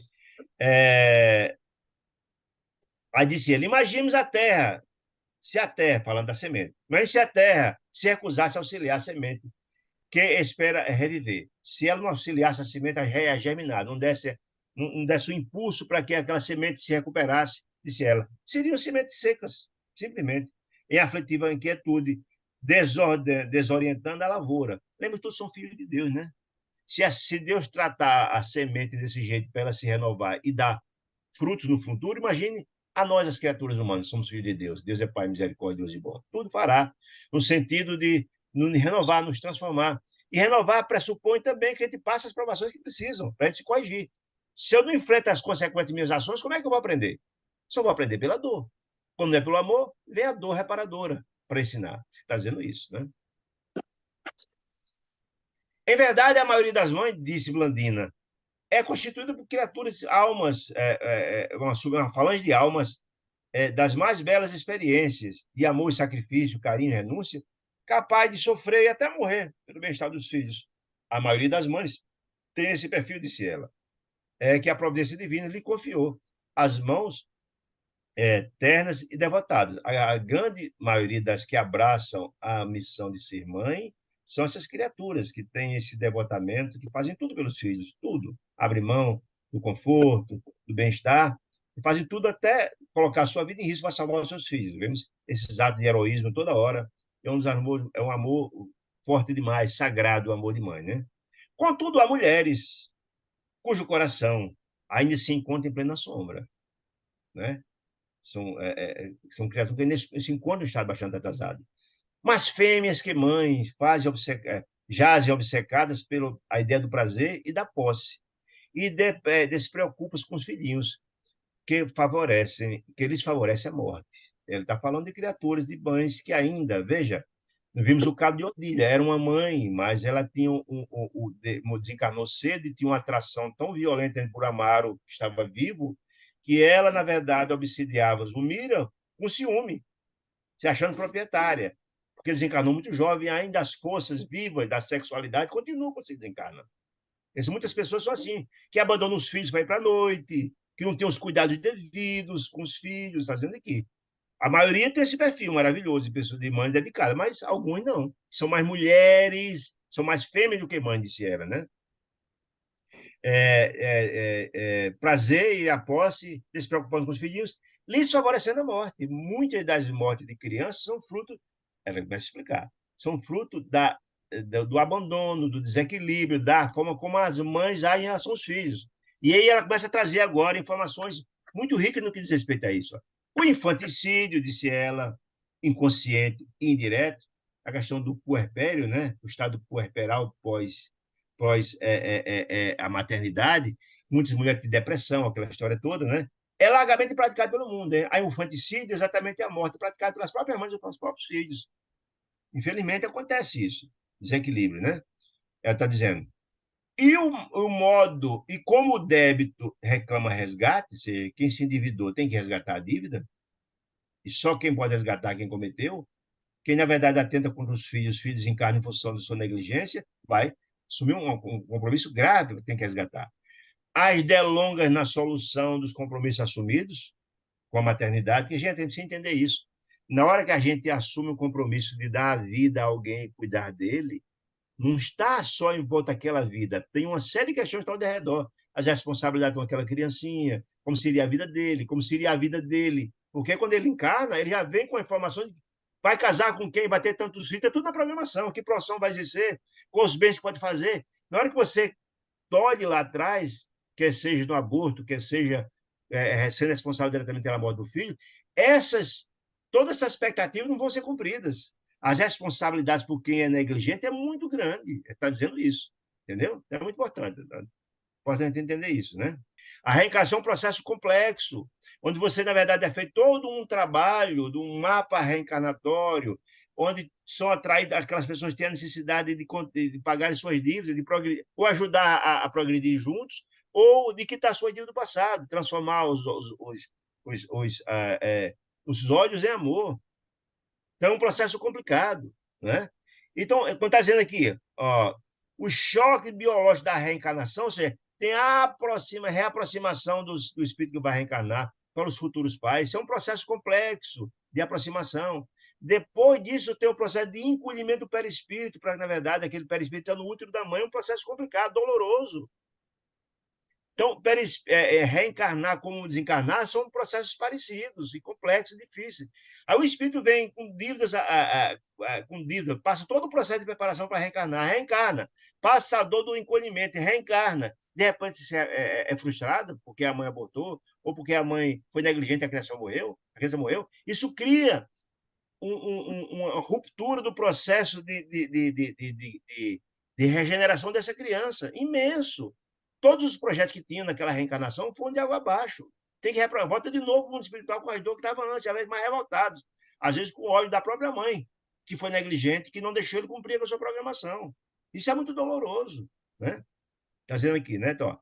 Os choques biológicos da reencarnação, o encolhimento, e ver se vem prejudicado essas crianças, prejudicadas, em suas experiências de quitação com a lei. Se eles vieram para cá cumprir baixa programação para se quitar com a lei da evolução, e não são, isso traz graves consequências para ele no futuro. E também para a mãe negligente. Então, é um compromisso muito grave da mãe, que ela, digamos assim, ela usurpou essas perspectivas imensas que tinham essa criança, né? Então, a responsabilidade é gigante para a mãe e também a revolta e do próprio futuro da criança, né? Ante a pausa, querido André Luiz, mas a lei, olha que informação interessante, a lei não traçará princípios inamovíveis, ou seja, está perguntando, e na reencarnação você não vem com a programação estabelecida e você reencarnando o previsto? Pergunta mais ou menos essa. Pretenderá, assim, a lei, pretenderá a irmã dizer a uma criança que uma criança pode desencarnar fora do dia indicado para sua libertação? A pergunta é, mas quando a gente vem com a programação, vem com o mapa reencarnatório, vamos viver tantos anos, e é possível alguém desencarnar antes desse período? A pergunta dele é nesse sentido. E ela disse sim. Infelizmente, sim. Disse Clarencio, disse, né? Há um programa estruturado na espiritualidade para as nossas tarefas humanas. Sim, é todo um trabalho feito. Quem leu lá Os Mensageiros viu que é feito todo um mapa reencarnatório, juntando todo aquele que a gente precisa encontrar para repactuar-se, para ajudar no progresso, que isso nos assume os compromissos. Está tudo na programação. Está tudo programado, né? Entretanto, disse o ministro, pertence-nos, tem alguém com... Rosana, por favor, querido, só fechou um pouquinho o microfone, que está dando um pouquinho o microfone. Eu? Sim, só fechar um pouquinho o microfone, só isso. Se puder. Ótimo, obrigado. Só o microfone, muito bem. Muito bem, atalhou o ministro. Mas que nos custava, disse ele. Sim, sem dúvida, atalhou o ministro. Há uma programação. Entretanto, pertence-nos a condução dos nossos próprios impulsos dentro delas. Ou seja, se na verdade você toma os cuidados devidos que você tem na reencarnação, se você não tem os cuidados com sua higiene, se você toma atitudes que venham a redundar no suicídio, por exemplo, você abrevia. Não estava na programação o suicídio. Você rasgou todas aquelas perspectivas, aquele projeto inteiro que tinha, e de repente desencanou todo o tempo. Sim. Né? Ou pode ser por responsabilidade sua de terceiros. Pode acontecer, né? Em regra geral, disse ele, multidões de criaturas cedo se afastam do veio carnal, isso é interessante, atendendo serviço de socorro e sublimação. Mas, em numerosas circunstâncias, a negligência e a reflexão dos pais são responsáveis pelo fracasso dos filhos. O que quer dizer com isso? Muitos de nós, às vezes, criaturas já mais evoluídas, reencarnam com um propósito. Quer seja um propósito de ajudar na condução dos pais, quer seja uma programação de uma aprovação para os pais, cumpriu a missão, volta para o mundo espiritual. Está tudo certo, está na programação deles. Mas muitas dessas reencarnações precoces acontecem não por culpa do menino ou da menina, às vezes por negligência dos pais. Isso que está dizendo. Então, isso pode acontecer e traz sérias, graves consequências, tanto para os pais que por negligência, como também para a criança reencarnante. Uma quebra de perspectiva, né? E aí Blandina disse, recebem muitas solicitações de assistência. Olha aí. Veja, eles estão no mundo espiritual. Recebe lá. Lembra que quando o Clarence estava fazendo uma palestra sobre a prece, receber um pedido de socorro, uma prece da menina Evelina, ela está dizendo que lá também no lado da bênção chega também pedido de assistência. De quem? Recebemos muitas solicitações de assistência, certamente através das preces, né? A benefício de pequenos ameaçados e frustração. Ou seja, algumas criancinhas que iam reencarnar, estavam próximas a reencarnar ou já reencarnaram e estão sofrendo riscos de voltar no tempo, por negligência de alguém, da família ou algo do gênero. Vê só, disse ele. Temos irmãs que, por nutrirem pensamentos infelizes, envenenam o leite materno. Já vimos isso lá atrás.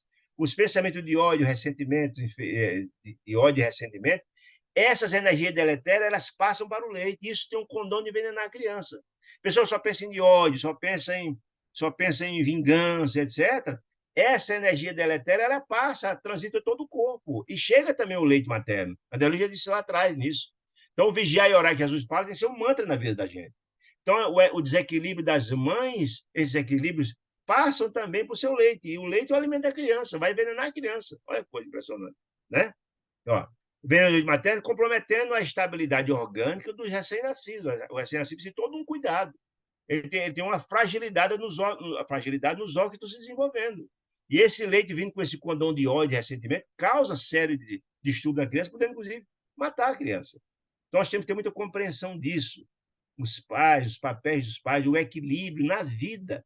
Boa parte das doenças que temos, que contraímos, etc., são fruto do nosso desequilíbrio. Luiz André Luiz, que as doenças do corpo são fruto, boa parte delas, doença da alma. A alma desequilibrada e doente passa para o corpo físico. São reverberação da doença da alma. Então, é muito importante ter o equilíbrio, a paz e a harmonia, que isso passa para a saúde do corpo. A pessoa só pensa em doente, só pensa em ódio e ressentimento, adoecem. Essas energias deletérias vão correndo no seu próprio corpo. Né? Vemos casais, disse ele, que, através de rixas incessantes, brigas dentro de casa, etc., etc., projetam raios magnéticos. Projetam. O ódio, o pensamento projeta raio. São tudo bem ou tudo mal. Raios magnéticos de natureza mortal sobre os filhinhos tenros. Volto a dizer, as crianças estão no desenvolvimento do corpinho, dos órgãos. São frágeis, precisam de cuidado, né?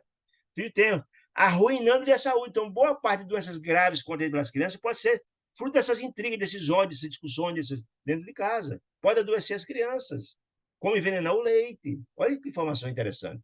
Né?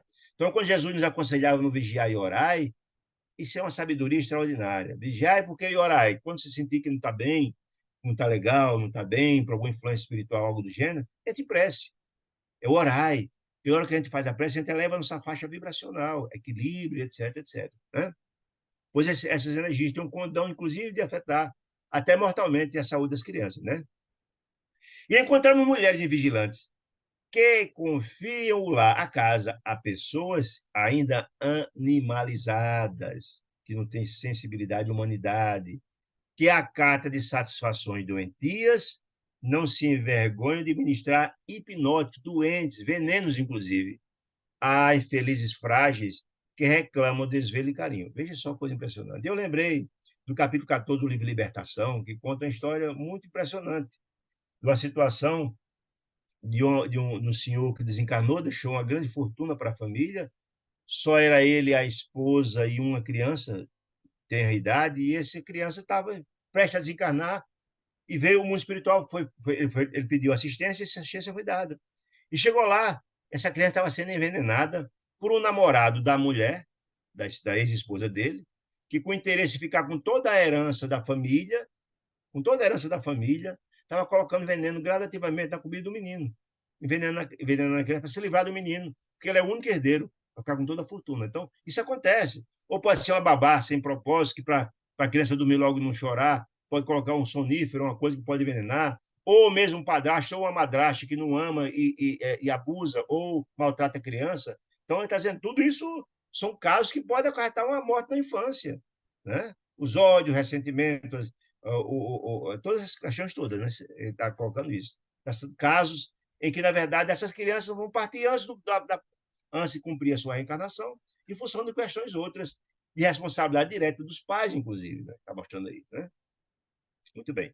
Em algumas ocasiões, disse ele, conseguimos, sim, pedir de assistência. Às vezes chega o mundo espiritual. E o mundo espiritual vem porque Deus é Pai misericordioso e bom, e deseja a felicidade de seus filhos, deseja que seus filhos se repatuem, que progridam, que evoluam. Tudo é feito no sentido de que essa reencarnação seja exitosa. O objetivo da reencarnação é essa, é transformar as criaturas, é renovar as criaturas para trilhar o caminho da autoiluminação, da autossublimação.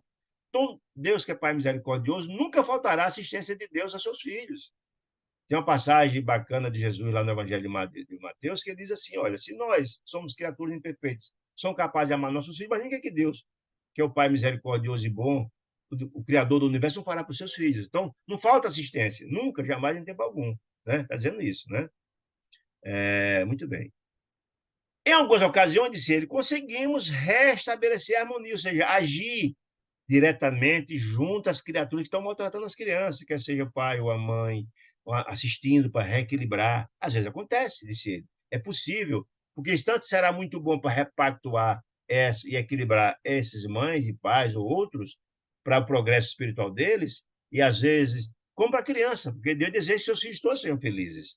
Né? Às vezes são problemas do passado, confusões do passado, desequilíbrio do passado, difíceis de ser repactuados. E a assistência de Deus nunca falta. Os amigos espirituais entram em campo, nós vimos, inclusive, de onde a gente vem, de onde a gente reencarna da colônia espiritual, vem assistência, há um monitoramento. A gente viu Evelina, por exemplo, a assistência veio do nosso lado, porque ela reencarnou, ela vem do nosso lado. Então, a assistência, esse monitoramento acontece.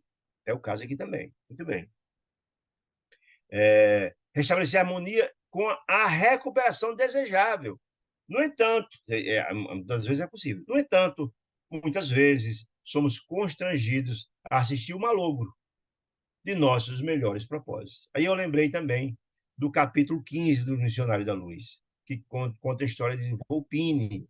É uma história de uma mãe que tem gravíssimos problemas com a criança que está no seu ventre, já fez 2 abortos, graves problemas do passado, e nesta atual encarnação, naquela encarnação, veio de novo, engravidou com a finalidade de repactuar.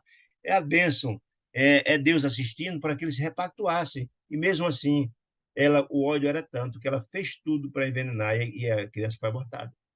Foi abortada. Por deliberação dela, com graves consequências para a criança, porque mais revoltada ainda, com mais ódio ainda dela, que não deu oportunidade de se redimir, de se renovar, cumprir sua programação, e dela também. Então, assim, infelizmente, tem algumas situações que não pudemos, porque nem se ajuda a mãe que a gente está tentando ajudar, e termina acontecendo esses casos. Às vezes, a mãe mata os filhos. São graves problemas do passado, que ele não consegue vencer, mesmo com toda a assistência, e às vezes acontece o caso, e eu lembrei desse caso de Volpini, que está no capítulo 15 do Missionário da Luz. Nesses casos, desse que está tentando explicar, nesses casos que não é possível resolver, disse André Luiz, buscando nosso esclarecimento. Blandina, porém, percebendo a indagação, disse, olha, nesses casos, num caso como esse, que a reencarnação foi frustrada, que o menino morreu antes do tempo, que houve um abortamento, nesses casos, a pergunta André Luiz, nesses casos, como fica a situação da criança, ou da mãe, por exemplo, ou do pai, já quem deu o caso, disse ela. Nesses casos, Blandina, ainda e sempre a lei é invariável. Se a lei do progresso ela é imperturbável e inderrogável, disse ela. A lei será cumprida. As provas e tarefas sofrem dilação no tempo. Zé. Não foi preciso cumprir aquela aprovação naquela reencarnação que estava programada, não foi? Terá que ir lá mais na frente. É como se matricula na escola. Matricula na escola é reprovado, terá que se matricular de novo, porque aquela matéria terá que ser estudada, não tem jeito. Né? A gente está dizendo. As provas e tarefas sobre sofrem dilação no tempo, mas serão cumpridas, porque a lei de Deus, de Jesus, tem que pagar até o último centavo. Nossa dia só nós podemos pagar. Não dá para transferir para ninguém. Mas serão cumpridas. Afinal, aquilo que não se realiza num século pode ser efetivado em outro. É o pagamento até o último centavo, certo? Por isso, ele está explicando tudo isso para a gente entender a situação lá atrás daquela família. O caso de Leonardo, está atormentado porque que assassinou o Estevão, envenenou. Tudo isso ele está dizendo para a gente entender isso. As repercussões futuras ou presentes dos nossos próprios atos. Está dizendo isso, né? Nossa vontade, nossa boa vontade e nossa aplicação ao desígnio divino de Deus, disse ele, podem abreviar qualquer espécie de serviço. Ou seja, quando você se dedica, quando você, na verdade, reencarna, cumpre a sua missão, cumpre a sua reencarnação com zelo, com cuidado, com amor, ora, dizia Paulo que o amor cobre a multidão de pecados. Nós temos o condão de, digamos assim, de quitando a dívida no menor espaço de tempo possível.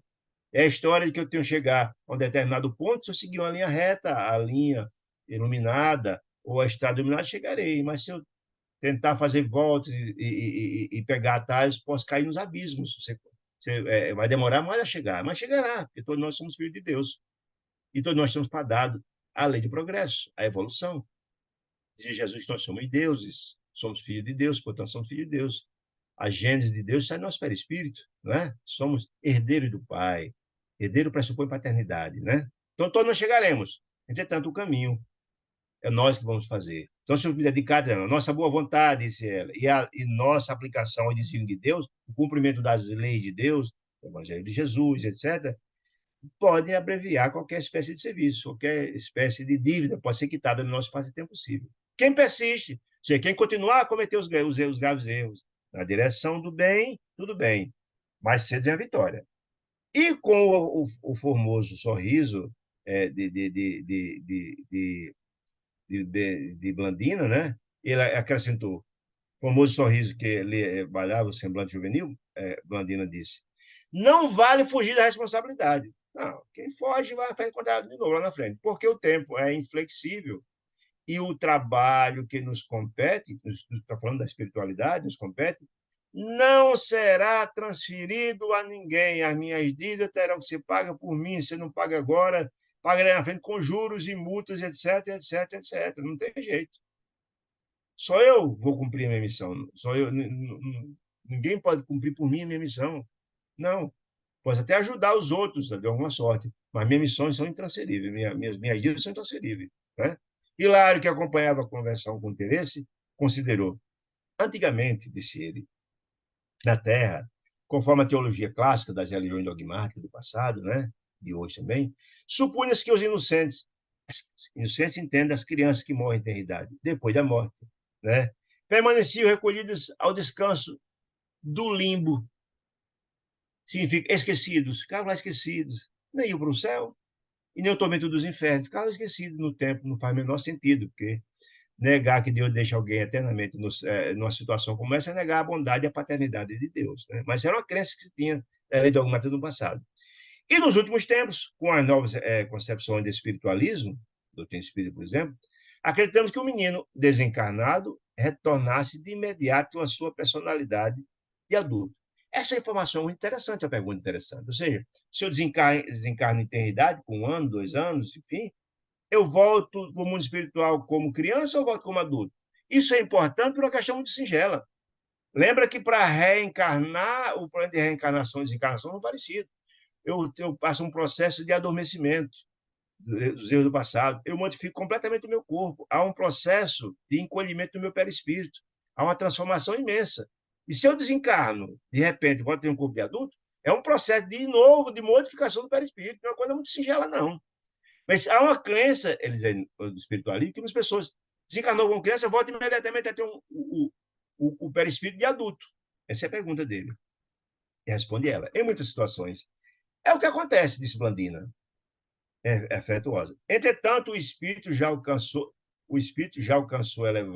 elevada classe evolutiva. Ou seja, para você desencarnar criança e de imediatamente voltar a ter a mesma perispírito adulto, você tem que ter um processo evolutivo bastante acentuado. Não é todo mundo que consegue essa façanha, né? Os espíritos mais elevados têm esse escondão de rapidamente voltar a ser a mesma, a mesma desenvoltura, digamos assim, ter a mesma imagem da última encarnação, como adulto, né? Assumindo o comando mental de si mesmo, dele transformar-se, a mente equilibrada tem essa capacidade, né? Transformar a si mesmo. Adquire o poder de facilmente despreender-se das imposições da forma física, né? Superando a dificuldade da desencarnação prematura. O que quer dizer com isso, gente? Quem entendeu? O processo de reencarnação ao encolhimento do perispírito, o esquecimento do passado, você se transforma no feto. Quando você desencarna, é um processo de desate dos nós, da carne, do corpo de carne e do perispírito. Isso é uma coisa dolorosa, né? Dependendo do estado do espírito. Só, para os espíritos evoluídos, traduzindo, reencarnar ou desencarnar é quase que indolor, é um processo natural. Mas para os espíritos inferiores, não. É um processo doloroso, difícil. Quem viu lá a reencarnação do Segismundo viu como é doloroso, é difícil, medo de dar errado, recebe as angústias, etc, etc. Como desencarne. Desencarne é uma coisa simples. Ele pode ser simples ou complicado, dependendo do estágio evolutivo do espírito. Está dizendo aqui, muito bem. Conhecemos grandes almas, está citando o caso, né?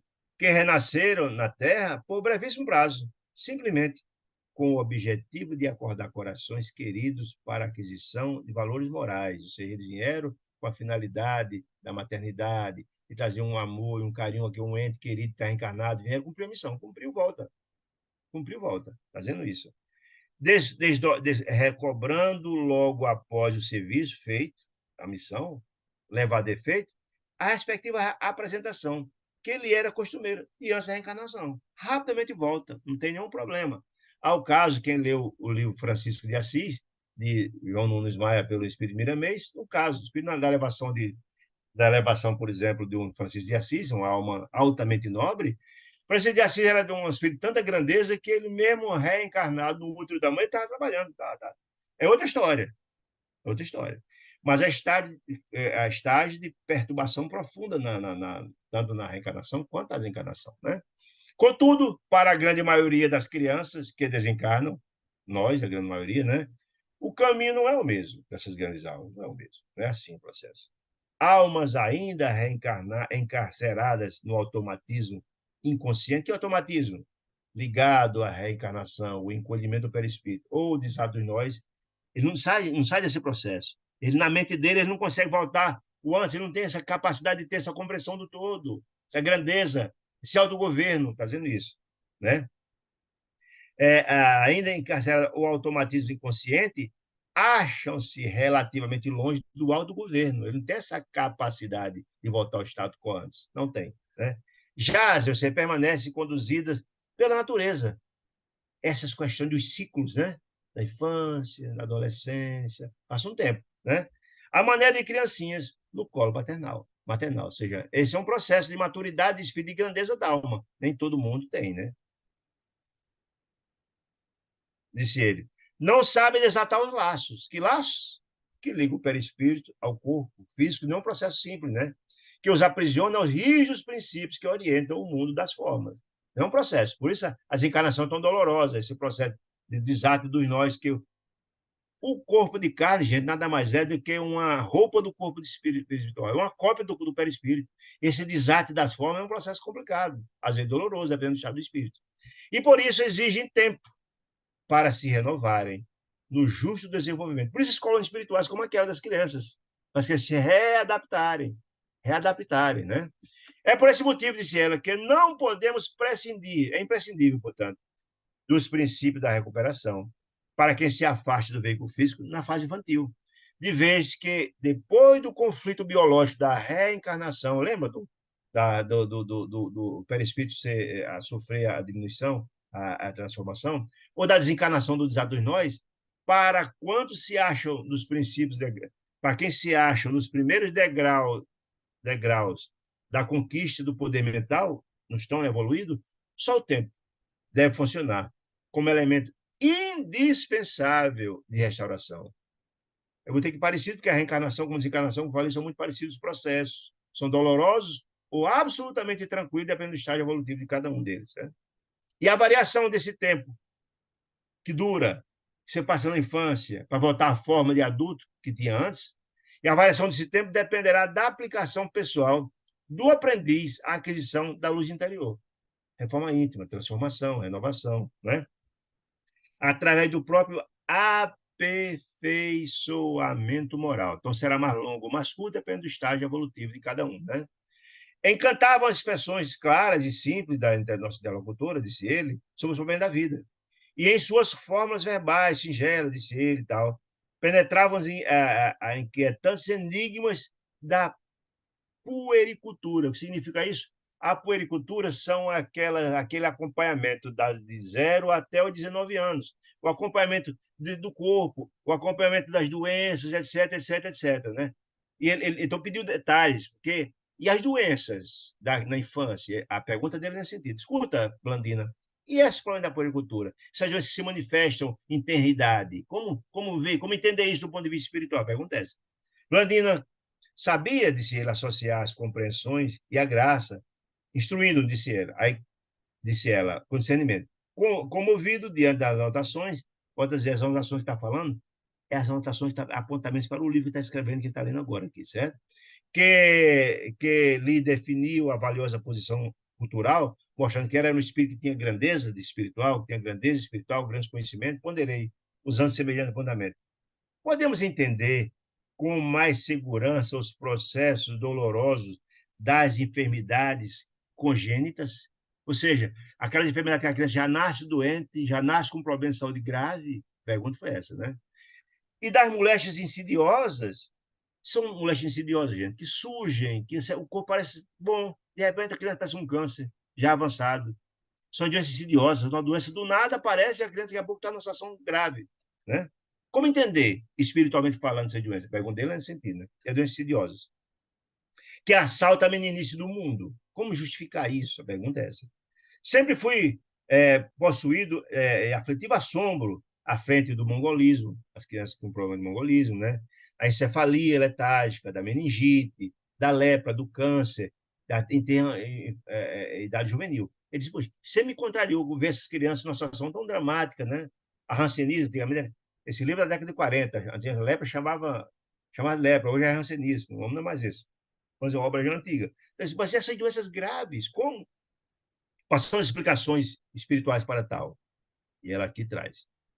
E o que dizer, ainda vai Maloney, o que dizer dos desastres terríveis, perguntou Hilário, dos desastres que arrebatam as crianças pela morte dos pais aflitos, inconsoláveis? Como entender isso? Pergunta essa, né? Das doenças graves e da morte precoce, né? Por vezes numerosas, procurei respostas a terríveis inquirições que nos atormentam o dia a dia, que sempre traz um drama muito grande, que nos atormentam a todos nós. Ele sempre procurou essas respostas, porque ele fora médico também no passado, né?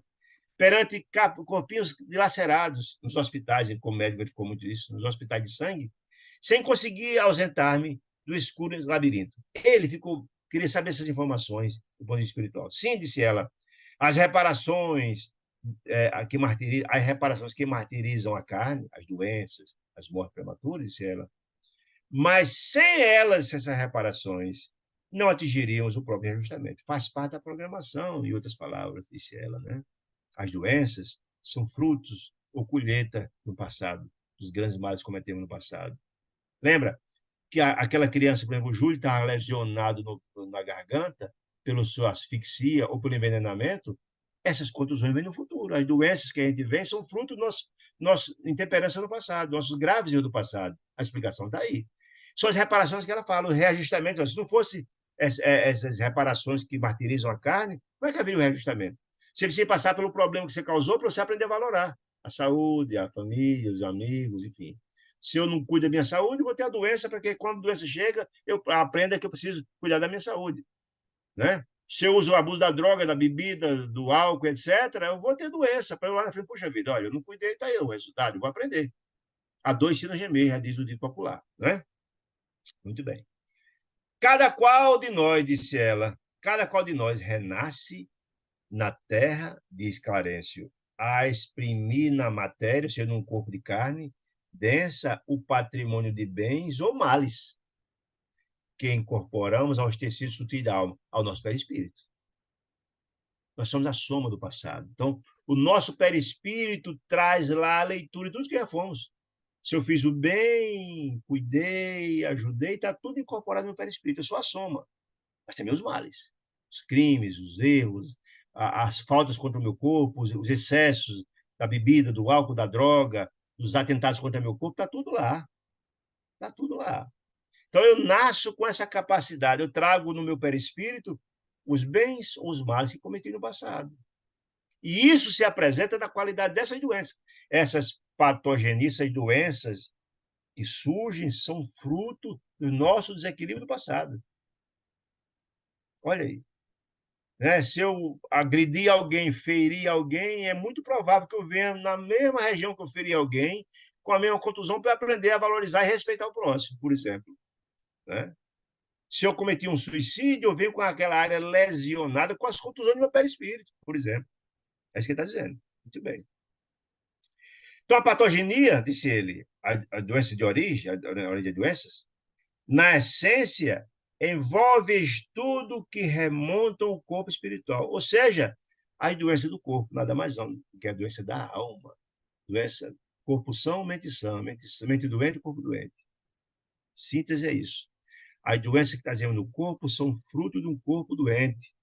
Ou quer seja da doença do agora, da falta de zelo que eu tenho agora, ou do passado. Se eu não adoeço, se eu não cuido do corpo, da minha boca, não tomo banho, eu vou adoecer. Isso não é do passado, é de agora.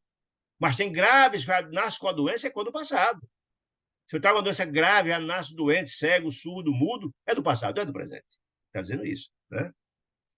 Para que não seja um quadro de conclusões falhas ou, ou de todo irreais. Ou seja, ele está dizendo, para você entender essas patogenias, você tem que estudar o perispírito. E lá no perispírito, entender que essas doenças são de ordem espiritual, de ordem kármica.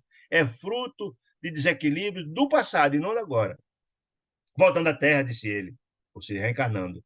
Atraímos acontecimentos agradáveis ou desagradáveis, segundo os títulos, o bem que fizemos, de trabalho que já conquistamos, ou conforme a nossa necessidade de redenção. Ou seja, eu venho na minha programação para aprender. A reencarnação se prende a isso. A reencarnação é o meio para atingir os fins. Que fins? Nossa felicidade, que Deus deseja. Então, eu venho me repactuar com os meus erros do passado, meus procederes errados do passado, com aquele que nos entendia no passado, transformar o zelo de ódio em aliança de amor. Que é isso que Deus deseja, gente. Até os males que cometi no passado, eu vou sofrer as repercussões agora. Vou sofrer essas repercussões para ter mais cuidado e não cometer os mesmos erros. Provas, o que é prova? Prova é o resultado do que você vai aprender para fazer a prova. Você estuda, vai aprova no final do mês. É exatamente assim. Se eu não aprendi a amar na encarnação passada, eu venho agora reencarnar para aprender a amar, perdoar, ser caridoso, ser fraterno. Não aprendi ainda, venho para cá para aprender. A Terra é um grande educandário de almas. Vem aqui para aprender. Em outras palavras. Né? Deu uma olhada e disse, a carne, de certo modo, seja o corpo de carne, em muitas situações, em muitas instâncias, não é apenas um vaso divino. Por que um vaso divino? Que Jesus dizia, nosso corpo de carne é nossa morada temporária do espírito, naquela encarnação. É um tempo sagrado que Deus nos concede. Né? Não é apenas um vaso divino para o crescimento de nossas potencialidades, para aprender. Não, não é só. Mas também uma espécie de carvão milagroso, disse ele, absolvendo-nos do espírito, do perispírito, os tóxicos e resíduos de sombra que trazemos no corpo substancial. Em síntese, as doenças do corpo nada mais são do que as doenças da alma. Doença da alma passa para o corpo. O corpo traz todas as contusões que estão postas lá no perispírito. É isso que ele está dizendo. Ele faz esse carvão milagroso que atrai as doenças que estão lá no perispírito. Muito interessante. Reparei, então, com mais insistência, a figura de Blandina, ele, admirado pela locução, pelo conhecimento, pelo jeito do trabalho, um trabalho complexo, como ela resolvia ali assistindo crianças em situação dramática, né? Disse ele. Não seria mais justo ouvir daquela conversação dos lábios, daquelas informações do lado de Mariana, a vozinha de Blandina que estava ali? Que ele se achava junto, tal, estava junto de nós, mas em sua posição de matrona. Matrona significa mulher madura, equilibrada, harmoniosa, respeitável. Ela era vozinha, o espírito era mais evoluído, mais antigo e tal. Eu experimentei meus pensamentos, perguntando a Blandina, a jovem, o porquê da grave tarefa que lhe incumbia. Olha a pergunta. Mas escuta, Blandina, o que você está aqui fazendo? Cuidando de casos tão graves, de crianças numa situação tão dramática, por quê? Olha a pergunta. Né? Blandina apagou a luz do sorriso. Ela toda alegre, falante, né, loquaz, falando, explicando tudo, e de repente ela murchou, né? Sorriso que ele adornava o semblante. Como flor aberta que se fechasse, de súbito, disse ela. É, pesado silêncio pairou o ambiente, mas ela se adoçou a fisionomia e falou: Meu amigo, eu fui casada em minha última resistência e somente há 3 anos desencarnei, disse ela. De novo na vida espiritual, volta a dizer, ela foi Irmã de Castro, a esposa de Armando Rocha, Meimei, conhecido por Meimei, né? Não pude acariciar na última encarnação um filhinho, esses meus sonhos recentes de mulher. Mas hoje sei que é preciso educar-me. Veja que lá aquela colônia era para reeducar as mulheres que falharam nas últimas e as crianças, né? Que ela tem essa dupla função, a casa, a colônia, né? Reeducar-me no amor de mãe, consoante os débitos que contraí no passado, que ela não fala de que foi, se foi aborto, não foi, etc. Então, realmente sinto grande afeição pelas crianças, disse ela. Contudo, tenho igualmente enormes dívidas morais para com ela. E aí, André Luiz viu que ela entrar no terreno pessoal ia ser uma coisa sofrível, complicado.